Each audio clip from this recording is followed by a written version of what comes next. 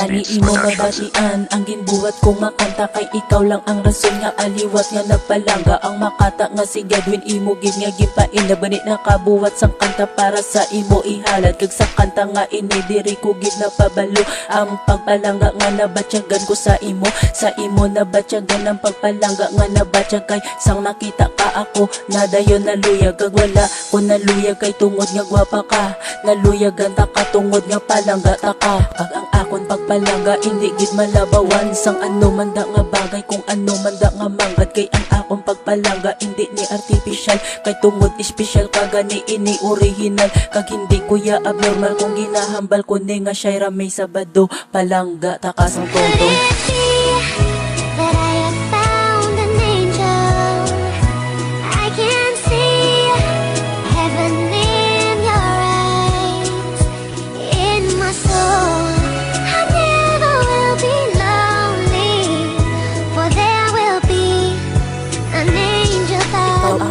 Ang diri sa akon kalibutan, kag ikaw ang direksyon sa tiko o nga alagyan. Imo gid nga ginpasanag kalibutan nga dulog, kag ikaw inspirasyon sa tanan ko nga nahandom. Kag ang makaupod ka hasta magtigulang ko, dako ko gid nga handom diri sa kabuhi ko. Ang palanggaon mo ko may pag-asa pa bala, kay ako pa nagaasa nga malabot ko pa na. Oo tama nakalabo nga malabot ko pa na, pero ako magatinguha nga malabot ko ina. Kag ang pagpalangga ko wala gid ya katapusan, may ari ni sangkuna pero wala katapusan. Hindi gid ni matapos ang pagpalangga ko, bisan mag-abot ang adlaw nga madula man ako. Kay bisan ara sa langit akon gid yapon nga talon ang Shaira nga pangalan diri sa tagipusoon.